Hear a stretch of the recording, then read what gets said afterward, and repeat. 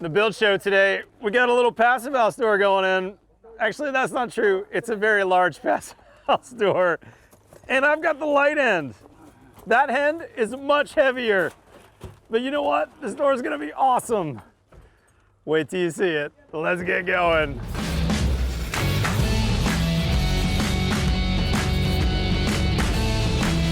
Oh man, my first passive house window and door install in a build of mine. We had a lot of fun yesterday. First off, check out the door. We started the video with me and the guys carrying the job getting this door off the truck and into the backyard where we installed it. Let me break down what we've got here. This is Fenstur windows and doors. This is a lift and slide passive house certified door. And I've got something that I think may be one of the first houses in the US to get, and that's this glass here. This is by a Canadian company called LiteZone that makes some of the most insulated glass I've ever heard of. So, where do we start? There's so much to talk about. Let's talk about the install of the door, and then I'll get into a few of the specifics. This is a lift and slide door. It came complete for us. However, I am missing one pane of glass here. LiteZone is just making a brand new version of this glass that's a little bit thinner. This one's a little bit thicker. And the numbers on these doors and windows and the glass is ridiculous. Center of glass U values almost R10. I'll actually lace the number below so I get it perfectly technically correct, but it's somewhere approaching R10 center of the glass. And the door itself overall, I don't remember the exact number, but I think it's somewhere around R8. Now, most of the time when you think of triple glaze windows and doors, and the ones that I've used in the past, they're somewhere around R6 point something. So this is even more efficient than those by a pretty significant percentage. And compared to most of the glass that gets installed in the southern US and really even the northern US that's double glaze, most of that glass is around R3, R3.3, somewhere in that range. So these are maybe 3 times more efficient. That's crazy. It's some impressive stuff. Now Fenstur, this is a family-owned company. They've been around a long time, many decades. They still manufacture these in all wood, and the craftsmanship is really there. Let's look at a couple of the details though. First off, fiberglass sill. So this is not a wood sill, it's not a metal sill. Fiberglass is going to be much less conductive of heat and cold through there. And you see it's got a nice slope to it. If you look here at the edge of the jamb, this wood jamb is cut with a horizontal 90 cut. And so this is nice and level, but here you can see this is expanding out. It's got a, I don't know, 1/4 inch to a foot or so fall outside, which means that when I bring my deck boards in, I can actually bring my deck board right to here. And then on the inside of the house, I'll bring my hardwoods right to here. So I'll have just a little bit of the strip showing. And then this right here is a metal insert that the track runs on. Now that's got some seriously beefy roller hardware underneath this door. And what happens with a lift and slide, if you're not familiar with the action, unlike a regular sliding glass door that slides all the time, a lift and slide has this hardware that moves the rollers up and down. So as I do this, and move the handle upwards, the track is actually falling down, and then that fall down action means that the weight of the door is pushing against this fiberglass track, and there's actually 2 bulbs, 2 gaskets of gasketing material, and you can kind of see it here. There's one gasket here, there's a second gasket here, and that's how they're getting those passive house levels of airtightness. Just super, super airtight. The other nice thing about these doors is they're very kind of burglar proof, because once the door is down, the weight of the door is on there. Now it's not super heavy right this moment because the glass is not in. And then a simple turn of the handle like this, it raises the door up and it glides effortlessly. Now this is a brand new design from Fenstur. I don't know if this is on their website yet. It kind of depends a little bit. This is a bit of a test case. But as I slide this door over, see how it kind of makes a catching sound? There's actually a pneumatic track in there, and this is a soft close and I believe a soft open door as well. So as I slide this, I've got that soft close action. Now I talked about the glass. This is LiteZone glass that will get installed in here, and this one's slightly thinner. It'll be slightly less insulative than this other pane, but look how thick this pane is. I don't know if you can see it, but if you kind of look at that bottom track right there, that glass is really thick. And you've got standard glass on both sides, but then you've got a thin film that's in the middle there that's suspended. And I'm not exactly sure how many chambers this one has. I think this might have 2 additional chambers. And that means I've got actually quad pane, basically functionality from this glass, but it's not nearly as heavy as traditional quad pane because there's a thin film suspended in there. There's some secret sauce from those guys.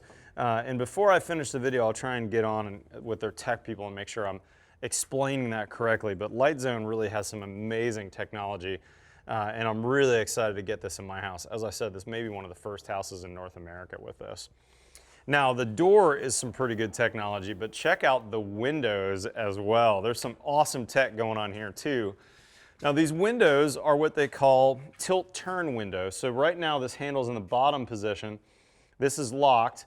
When we turn it like this, it's going to be a casement in-swing window. And look how thick that casement is. That beautiful fur that these guys use to build these out of. And again, we can see these double gaskets. Probably a little bit dark in here to see this, but you've got 2 gaskets. So when this window closes, it's gasketing against this stop and it's gasketing against this stop here. And that means I've got 2 points of contact. It's going to be a really tight window. And they call it a tilt turn because it also tilts in like this for ventilation. There's a window screen that came on the outside. I haven't put that on yet, but you get the point. It can tilt in and you can vent that in your house. And then I'm going to go back down and now we're locked again. Now let's talk about install on these, both the big door and these windows. A little bit trickier than a standard flanged window, but these are usually getting installed in very thick walled projects, houses that have thick exterior insulation, and that's the case at my house. I have standard 2x4 construction for the structure, but outboard of that, I've got 2 inches of thick insulation. And then inside, I'm going to have 5/8 inch thick sheetrock. So for the doors, we're using a strap method to install these. These steel straps got screwed into the jamb on the door on the back side. And then once we get the door all plumb and level, these get actually attached, and that's going to be the physical attachment.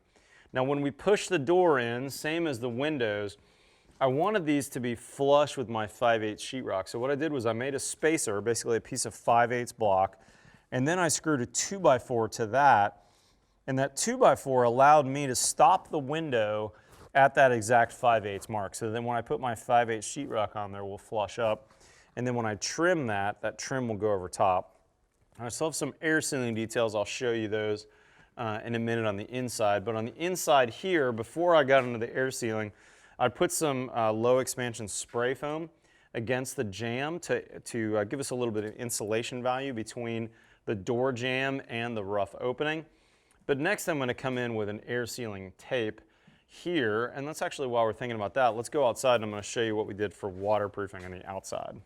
Okay, so on the outside, when we set this door at the sill, we did a couple of beads of sealant at the sill before we actually set the sill, and we used the DAP 920, which is a window and door type caulking. You could also use OSI's Quad Max. That's another great choice. That's going to help set the sill. You'll also notice this rough opening, just like these other ones. We've made the waterproof rough opening all the way into the opening, so that waterproofing is coming all the way back into the framing. Now in this case, we're using the zip system sheathing. I've used stretch tape at the sill. The sub sill is pre-sloped, so I already have a 1/4 inch to a foot here. And then I brought my zip tape all the way back in. So now my rough opening is thoroughly waterproofed and air sealed back in there. Now when I set the doors, I'm setting these back into the rough opening. So if you look back at my windows here, you can see they're set back a little bit. Because these are an unclad wood door, I want to give them as much of a kind of buffer from the elements as possible. Now these are on the north side of the house, so they're not really facing the storms. You'll also notice I've got a nice 2-foot overhang over those windows. And where this giant opening's going, I made a steel awning right here that will get a metal roof on top of that. And this kitchen window, once we set this one, again, also a nice steel awning over it. So I've got a good overhang and I've got good protection for those windows. Now the final step on the outside when it comes to waterproofing and air sealing was to use these Siga tapes. The Europeans really have it down when it comes to installing these flangeless windows and doors. It's standard practice for them. They don't even think about it. But these Siga Wee Glove tapes, man, they're really good. They stick tenaciously. They're gonna both water and air seal, and Wee Glove in particular is vapor permeable, so you could actually have some moisture that would drive through that in the wintertime in a cold climate. We've run that up the jambs, and then we ran that up the head. And again, because I've got that big awning, I actually did not do a head flashing over that window. I kind of think of my awning as a massive head flashing. This is actually 4 feet out on this door. So really on a normal rainstorm, I shouldn't even get wet at my sill. It should be totally dry. I've also run it past my door by about a foot by the time that metal goes on. Let's hold up the video here, and as my guys get back from lunch and start setting this last kitchen window, I'll walk you through a couple of the steps. Okay, the last window to get set on this job is this kitchen window. We're looking at the outside of the window here. Again, this is a flangeless window, so there's no flange. You've got a fixed unit. We've got an operable in the center and then another fixed. But this is a good time to show you one really cool feature of these windows that are part of what's making them passive house rated. Check this out. I'm assuming this is cork. I actually don't know the full story behind this. But if you look at the details on the Fenstur website, this normally is solid wood, and actually the solid wood is bringing down the overall R value of the window a little bit because the glass, especially with this LiteZone glass, crazy efficient. As I said earlier, some of this glass is like R9, R10, super, super insulative at the center of the glass. But we get over here now, we've got a little bit of thermal bridging at the wood. So what Fenstur does is they auger out that center section. They basically dado out the center. They fill that with cork. So now this cork is going to give us some extra insulative value. With Fenstur, everything is customized. They're really an old school woodworking shop in the 21st century with all the latest tech. But this is a true wood window, and I love that feeling of a true wood window. But here we're made to, absolute top of the line, highest efficiency in today's day and age standards.